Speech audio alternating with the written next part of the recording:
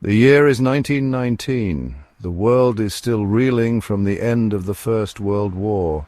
The Spanish flu pandemic has just killed millions.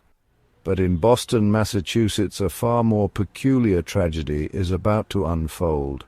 One that history would remember not for the blood spilled, but for the syrup that drowned an entire neighborhood.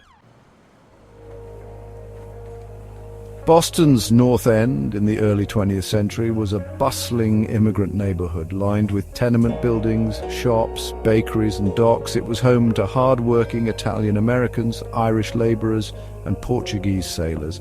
But nestled among the cobblestone streets and brick buildings stood something rather unusual. From the very beginning, the tank was a problem. It groaned and leaked constantly. Children from the neighborhood would come by with pails to collect molasses dripping through the seams.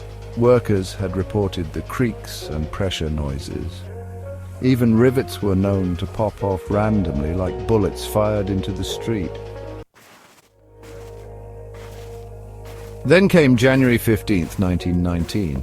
It was unusually warm for winter. Temperatures reached nearly 40 degrees Fahrenheit after a cold snap. Inside the tank, molasses had just arrived days earlier, still warm from the Caribbean. As it cooled rapidly, pressure built up. Fermentation combined with faulty construction created the perfect storm. 21 people lost their lives. 150 others were seriously injured. Among the dead were workers, firefighters, children, and even a young boy delivering ice. Horses struggled in the syrup, and some had to be euthanized on the spot. Fireman George Leahy drowned while trapped beneath a collapsed firehouse. It took over 87,000 man-hours to clean the North End. Crews used saltwater pumps, sand, and even gasoline to wash away the syrup. But molasses found its way into homes, businesses, subway stations, even Boston Harbor, which ran brown for months. The public demanded justice. What followed was one of the first class action lawsuits in United States history. The trial lasted 5 years. Over 1,000 exhibits were presented, 921 witnesses testified. The company argued sabotage, anarchists and enemies of capitalism, but the evidence said otherwise. The Great Molasses Flood became a turning point. It led to stricter building codes, mandatory inspections, and corporate accountability. Engineers today still study the incident as a case study in disaster prevention.